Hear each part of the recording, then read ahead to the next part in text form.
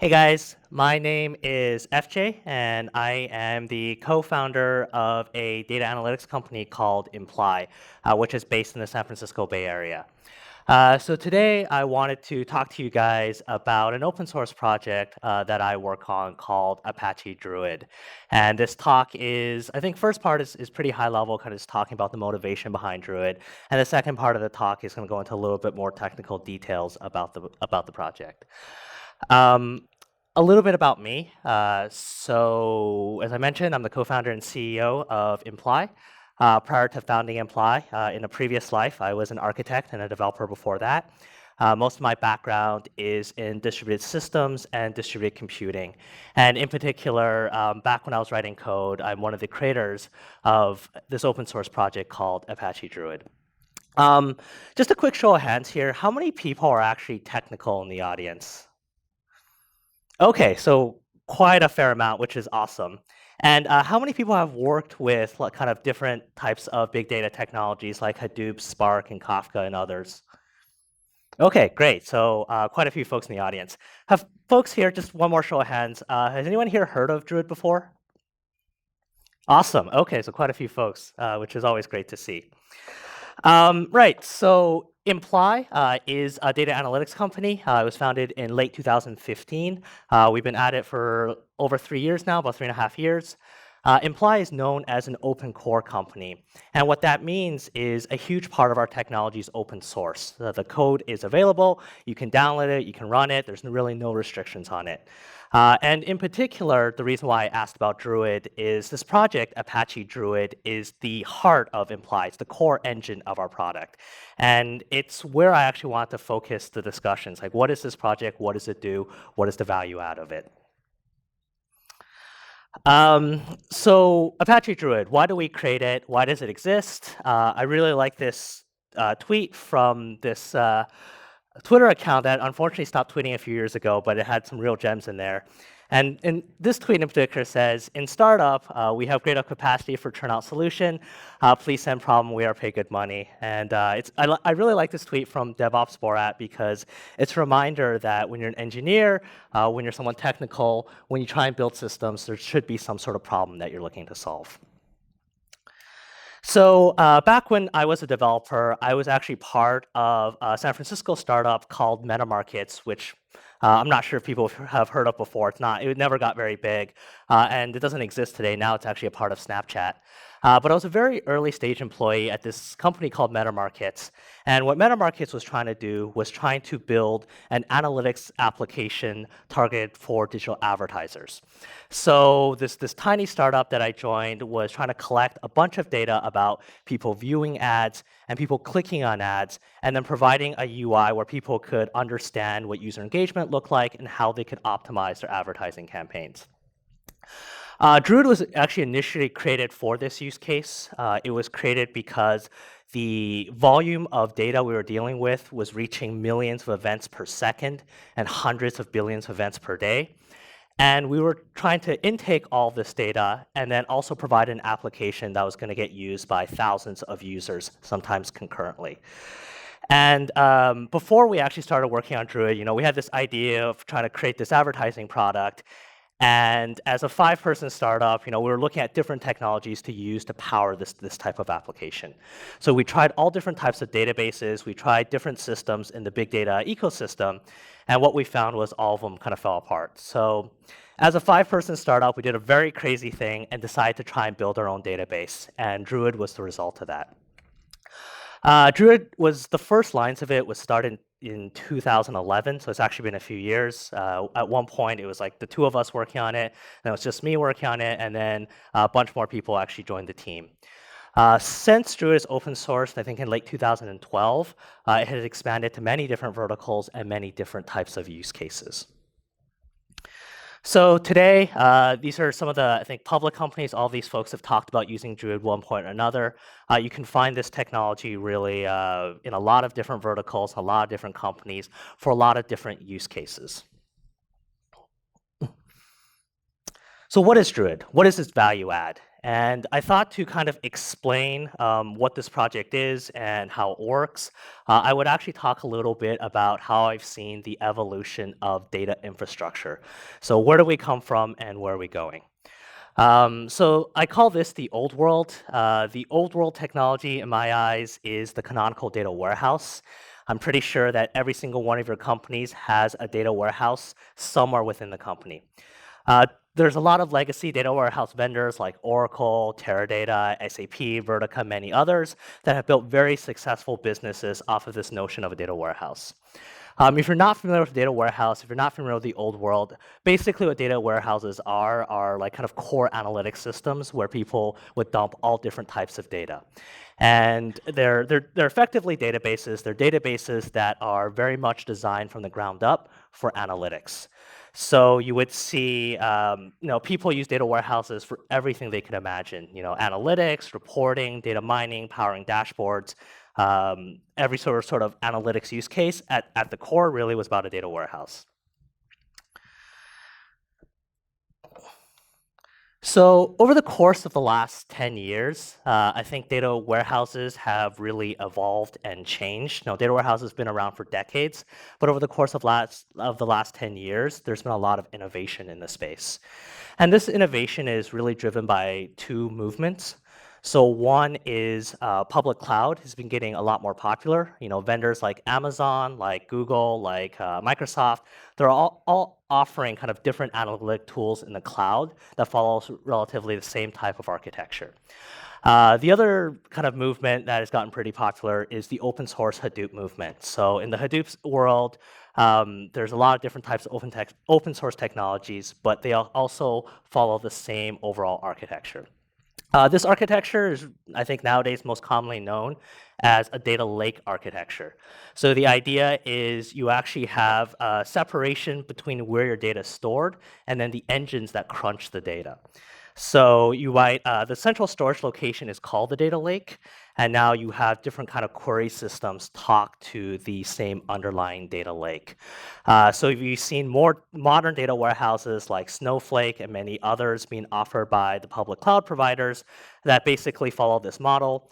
You now have machine learning and AI engines like Apache Spark that basically follow this architecture model. You have search systems that follow this model as well. So this is very, very popular, I think, really across all companies today. So the data lake model started more than a decade ago. I think today it's pretty prevalent. Really, I've only seen one limitation with this model. It has many, many benefits. You can have a central storage location and different query systems talk to the same storage location. You have this nice separation between compute and storage, which is a lot of cost savings for companies. But the one limitation of this model is that in the data lakes, all data is thought of as being in static files. So this whole model works around this notion of batch data, of static data. And where I believe the world is starting to trend to is toward a new world where data is not just batched in a static file, but data is constantly in motion, a constant flow of information. So the new world, I call this data rivers. We made this term up, so this is the first time you've heard it. Remember, if this gets popular one day, remember we heard it first. But the notion of a data river is, let's stop thinking of data as basically static files, like what you would imagine your laptop, and let's think of data as a constant, continuous flow of information. Information that's getting generated as users are engaging with digital products, information that's getting generated as servers and machines operate, information it's constantly being created and constantly being analyzed. So in this data river architecture, this is a stream-based architecture, and this is really the world that Druid is actually built for. So nowadays, a very kind of modern architecture that I see is you have data getting created, and as it's being created, it's getting loaded into what's known as a stream hub or a message bus. So if you're familiar with different types of data technologies, an example of a stream hub might be something like Apache Kafka. So it's a system that's basically delivering events from one place to another as it's being created. And what Druid is a type of database that is really designed to handle live streaming data as it's constantly being in motion. It can also work with batch data as well, but I think a lot of its power comes through when you're working with a live stream of data. And then it provides very high-powered real-time analytics. So I've heard, at least on this coast of the US, Druid is described like an open source KDB. So if you guys are familiar with KDB, with tick data, if you're familiar with like kind of that world, Druid is a real-time analytics engine that's designed to work with event streaming data and do very high performance analytics on it. So Druid, what I work on, this is going into a little bit more technical detail, but Druid is a combination of a data warehouse merged with a time series database merged with a search system. So data warehouses are things like Teradata and Vertica and many others. Time series databases are typically used to collect server metrics. So OpenTSTB, Prometheus, many others really focus on kind of that set of data. And then search systems are things like Splunk and Elasticsearch, which are designed to do log search and can do full text search. Druid was initially created and conceptualized as a combination of these types of systems and is really designed as a core piece of data infrastructure meant to work with different types of streaming data. So last few minutes here, just want to give you a flavor of how Druid works. The overall idea is you have raw data. Oftentimes it's in a stream, so it might be coming from Kafka, it might be coming from a stream processor. You also have files, so this is your more normal static data that you're used to. And the way that Druid works is it converts raw data into something called a Druid segment, which is a hyper-optimized kind of storage format that's really designed for high-performance analytics. Druid segments, how they get built, there's kind of 4 core ideas as a Druid segment gets built. One is Druid tries to do a pre-aggregation or roll-up of data. So this is just something meant to reduce raw data to a more manageable size. This is an optional step. It's something pretty powerful where if you have raw data that's 100 gigabytes, Druid can sometimes condense it through roll-up to about a gigabyte in size, so 100x reduction. Like a time series database, Druid does time-based partitioning, so it's pretty intelligent when there's a timestamp present in your data. There's a lot of optimizations that get triggered. Like a data warehouse, Druid stores data fundamentally in columns, so it's very, very good at adding numbers really, really quickly. And then on top of different types of columns, different types of indexes get built. So you can build search indexes on top of string columns, which are very, very good at like fast search and filter. I'm not going to go into all the details of how Druid works. The overall idea is the core architecture of Druid is like a microservice architecture. There's basically different processes which are designed to do a specific set of things very, very well. So there's processes that take raw data and create Druid segments, and there's processes for basically querying the data and loading the data and so on and so forth. Cool. I think I have 2 minutes left. So what I'm gonna try and do is a very quick demo of like, what am I actually talking about? How does all of this tie together? So this is a UI that we build on top of Druid at Imply. What this UI is really meant to do is different forms of kind of high-powered ad hoc slice and dice analytics. The data set I'm going to show you is edits as are occurring on Wikipedia. So this is a live data set basically tracking people editing stuff on Wikipedia. And this is actually how the Wikimedia Foundation itself does a lot of internal analytics on who's editing what on Wikipedia. So the way Druid works is that it's designed to do really kind of ad hoc analytics. So let's say if I drag time into the center here, what you're going to see is a visualization representing how people are editing Wikipedia. And an edit on Wikipedia generates an event with a bunch of different types of metadata. Who edited the page, what's the page getting edited, the location of the user doing the edits, and so on and so forth. So here you're just looking at a graph which is representing, how are people editing Wikipedia over the last day. Maybe we want to look at the last 7 days. Maybe we just want to look at some ad hoc range in time. Maybe we want to understand what are the top pages being edited on Wikipedia. we can actually see most of these are internal Wikipedia pages. So maybe we want to do a quick search and find articles being edited on Wikipedia. So what's going on here? iOS 13 is popular. Death in 2019, always up here every time I do this demo. French Open, pretty sure it's going on right now. And we can do more powerful multi-dimensional analysis. So maybe for this range of recent time we selected, for each of these top pages, we want to understand who are the top 5 users doing edits. And that's in 2019. Number 1 user here is Johnny Nixon. Maybe we want to understand for Mr. Nixon here, what other pages is he editing? So that's in 2019, that's in May 2019, and a bunch of people, I'm guessing, probably died during this period. So very morbid. But what I'm trying to showcase to you is a workflow where you can do some pretty complex multi-dimensional analysis, ad hoc slicing and dicing of a live stream of data. In this case, it's a clickstream of people editing Wikipedia. And companies today in production have deployed Druid clusters to handle tens of millions of events per second and hundreds of billions of events per day. So it's a pretty cool open source project. You can go to druid.io. You can just download it and play with it for free. It's under the Apache license. It's part of the Apache Software Foundation. There's really no restrictions to it. You can deploy a 1,000-node cluster. And yeah, check it out. Cool. Thank you.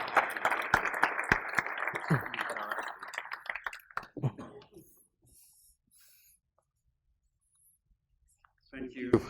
Very interesting. Maybe a word on the business side of things. So this is a open source sales motion, as they say these days. Yeah, I didn't talk so much about Imply, but Imply is a company that was formed to kind of start monetizing this technology. And today we're funded by investors like Andreessen Horowitz and Khosla Ventures, so a bunch of folks on Sand Hill Road. Yeah, we had Martin Cassetto here, a couple of... Who's your board member? Yeah, Martin sits on our board, yes. So he's awesome. So the commercialization of open source is always pretty interesting because so much of the tech is freely available. The way that we think about things at Imply is, Druid is a pretty powerful engine, but Imply we sell a car. And at Imply, we build a complete end-to-end solution around the engine. So visualization, cloud and on-premise management, enterprise-grade security, deployment, performance monitoring, really everything that you need for a complete end-to-end solution. So if you need a product for clickstreams, you need a product for network security, you could use Imply out of the box. And if you want to build your own thing on Druid, if you want to manage Druid yourself, that's an option as well.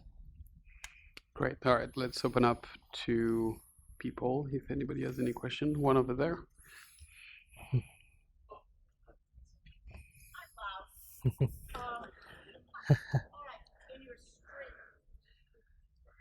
And ideally, if you could repeat the question when you get it. Yeah. What is available to the provenance of the data is only what is stored in the event. The actual data is gone. That's correct. Yeah, so I'm going to try and answer that question the best I could. So a lot of what we store is what is available in the event. But the event, usually an event to us is some occurrence of something with a bunch of attributes associated. And a lot of what you see are those direct attributes that are available in the data. But a lot of what our proprietary tools offer is the ability to derive a lot more advanced attributes from kind of the base raw data. So for example, in the Wikipedia case, you might derive an attribute. You might have a raw attribute, which is number of characters added, but a derived attribute might be the 95th percentile of characters added for some particular class of pages. So some of those more advanced analytics are things that we would do. Did I answer your question?